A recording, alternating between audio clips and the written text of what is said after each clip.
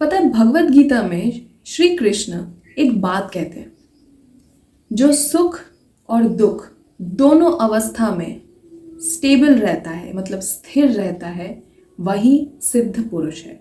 सिद्ध पुरुष मतलब जिसे सिद्धि प्राप्त है, मतलब वो जो चाहता है वो प्राप्त कर सकता है। अब ये चीज़ मैं आपको क्यों बता रही हूँ? क्योंकि यही लाइन मेरे 8 से 9 सालों की जर्नी का सबसे बड़ा लेसन रहा है। और अगर आपने ये वीडियो पूरा देख लिया तो आपके मैनिफेस्टेशन जर्नी में 180 शिफ्ट आ जाएगा। अब मुझे बताओ कि क्या आपके साथ ऐसा कभी हुआ है कि किसी चीज़ के लिए आप बहुत एक्साइटेड हो, आप बहुत हाई एक्सपेक्टेंसी रख रहे हो कि ये चीज़ हो जाए, और अल्टीमेटली होता ही है कि वो चीज़ होती नहीं है, मैनिफेस्ट नहीं कर पाते हो, या फिर काम ही बिगड़ जाता है। अब मैं बताती हूँ कि ये होता क्यों है। It didn't happen because it was very very important for you. जी हाँ, ये चीज़ आपके लिए होना बहुत इम्पॉर्टेंट था, इसीलिए ये चीज़ नहीं हुई।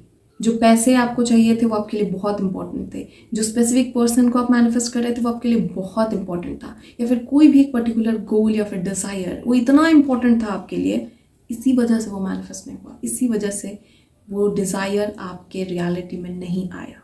Now you must be thinking कि इम्पॉर्टेंट है तभी तो मैनिफेस्ट कर रहे हैं ना।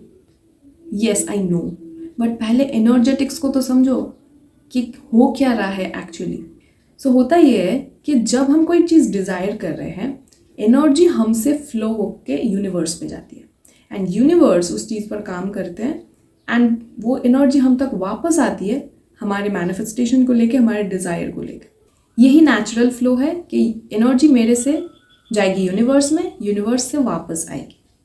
बट जब आप किसी चीज़ को बहुत ज़्यादा इंपॉर्टेंट मान लेते हो कि ये चीज़ तो होनी चाहिए, अगर ये चीज़ नहीं हुई तो मेरी लाइफ ख़राब हो जाएगी, दिस एंड दैट, तब आप करते क्या हो, जो एनर्जी आपसे फ्लो होकर यूनिवर्स में जा रही थी ना, आप उसे ब्लॉक कर देते हो। वो एनर्जी ब्लॉक हो जाता है बिकॉज आप उस चीज़ के साथ इमोशनली बहुत ज़्यादा अटैच हो गए हो। और अगर एनर्जी फ्लो ही नहीं कर पाएगी तो आपका मैनिफेस्टेशन में रेजिस्टेंस पैदा होगा। इसीलिए एक्सपेक्ट करो, बट इतना उस चीज़ को इम्पॉर्टेंट मत बना दो कि आपकी लाइफ उस चीज़ पर डिपेंड कर रही है, कि वो आउटकम पे आप इमोशनली डिपेंडेंट हो गए हो। एक मास्टर मैनिफेस्टर या फिर एक सिद्ध पुरुष मैनिफेस्ट सब कुछ करता है, लेकिन इमोशनली आउटकम से अटैच नहीं होता है, डिपेंडेंट नहीं होता है उस चीज़ पर। So the more you drop your expectation, the more you attract.